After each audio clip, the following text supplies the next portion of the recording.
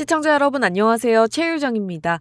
JP모건 헬스케어 컨퍼런스가 개막한 이후에 우리 제약바이오 섹터 전반이 오히려 조정을 받고 있는데요. 그래서 요즘 이런 질문이 많이 나옵니다.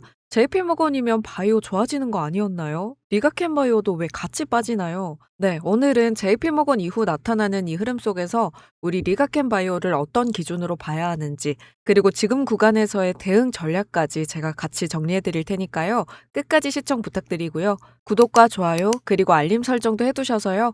앞으로도 우리 리가켄 바이오의 정보 빠르게 체크하시길 바라겠습니다. JP모건은 매년 비슷한 패턴을 보입니다. 행사 전에는 이 기대감이 먼저 반영되고요. 막상 개막하면 확인 이후 차익 실현, 이른바 세론 흐름이 나오는데요. 이건 발표 내용이 나빠서가 아니라 JP모건 자체가 가장 기대가 많이 쌓이는 이벤트이기 때문입니다. 그래서 JP모건 이후 하락은 바이오 섹터가 틀렸다는 신호라기보다는요.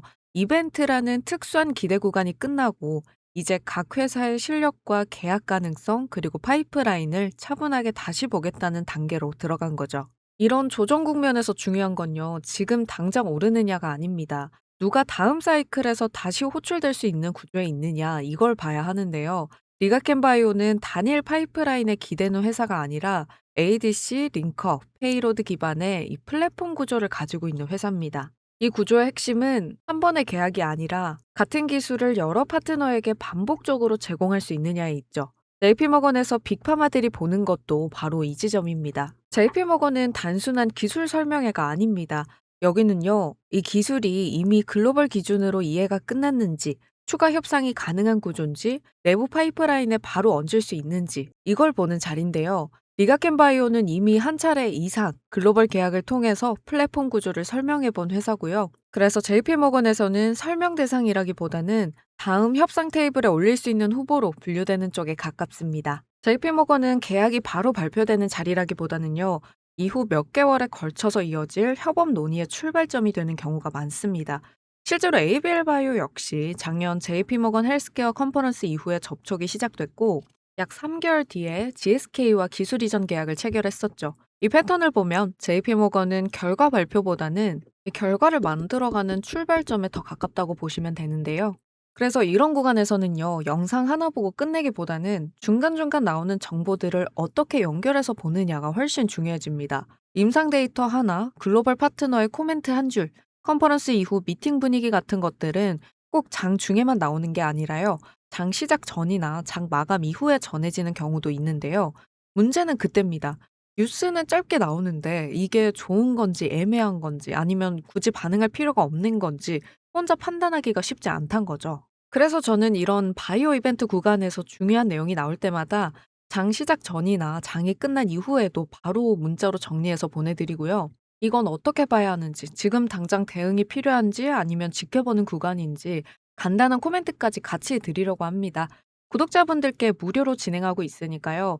혼자서 대응하시기 어려우시거나 관심 있으신 분들은 영상 하단에 링크 통해서 신청해 주시면 되겠습니다. 그래서 지금 JP모건 이후에 나오고 있는 리가켄바이오의 조정은요. 기술 가치가 꺾였다기보다는 이 이벤트 이후 정리 구간으로 보는 게 더 합리적입니다. 특히 리가캠처럼 추가 계약 가능성, 플랫폼 확장성, 다음 데이터 협상 이벤트가 남아있는 회사는요. JP모건 이후 조정 구간이 오히려 다시 구조를 보는 구간이 되기 쉽습니다. 지금 구간에서의 대응은 단순합니다. 단기 이벤트만 보고 들어온 대응과 플랫폼 구조를 보고 들어온 대응은 완전히 다를 수밖에 없는데요. JP모건 이후 조정은 실망이 아니라 기대가 한번 정리되는 과정일 가능성이 높고요. 리가켄바이오는 이후에 다시 평가받을 수 있는 재료가 아직 남아있는 회사입니다. JP모건 이후 바이오 섹터 하락은요, 이벤트 특유의 세론 흐름이고, 이럴 때일수록 어떤 회사가 다음 협상과 데이터 구간에 서 있는지를 구분해서 봐야 합니다. 이 단기 수익을 노리고 들어왔던 분들은 이벤트 이후 변동성을 어느 정도 감안해야 하는 구간이고요. 이 중장기적인 관점이신 분들은 오히려 지금 같은 조정이 구조를 다시 볼 수 있는 기회의 구간이 될 수 있겠죠. 다만 당분간은 이 세론 영향이 완전히 정리되기 전까지는 뚜렷한 추가 이슈가 없는 종목들은 한 번 더 눌릴 가능성도 염두에 두셔야 하고요. 그래서 지금은 무작정 들어가기보다는 이 추가 매수 타점과 대응 구간을 좀 더 세밀하게 보는 게 중요한 시점인데요. 이런 구간에서 매수와 관망, 추가 대응 타점이 궁금하신 분들은요. 무료 문자 알림을 통해서 이 제가 보는 구간을 함께 참고하셔도 좋겠습니다. 리가켄바이오는요, 기대감만으로 움직이는 회사라기보다는 플랫폼 구조와 반복 계약 가능성으로 평가받는 회사에 가깝습니다. 결국 지금의 조정은 끝이 아니라 다음 단계를 준비하는 구간이니까요. 크게 걱정하지 않으시길 바라겠습니다. 오늘 내용이 여러분들의 투자 판단에 조금이라도 도움이 되셨으면 좋겠고요. 앞으로도 계속해서 저는 리가켄바이오의 흐름 정리해 드릴 테니까요. 구독과 알림 설정도 미리 해두시길 바라겠습니다. 그럼 저는 다음 영상에서 다시 인사드릴게요. 감사합니다.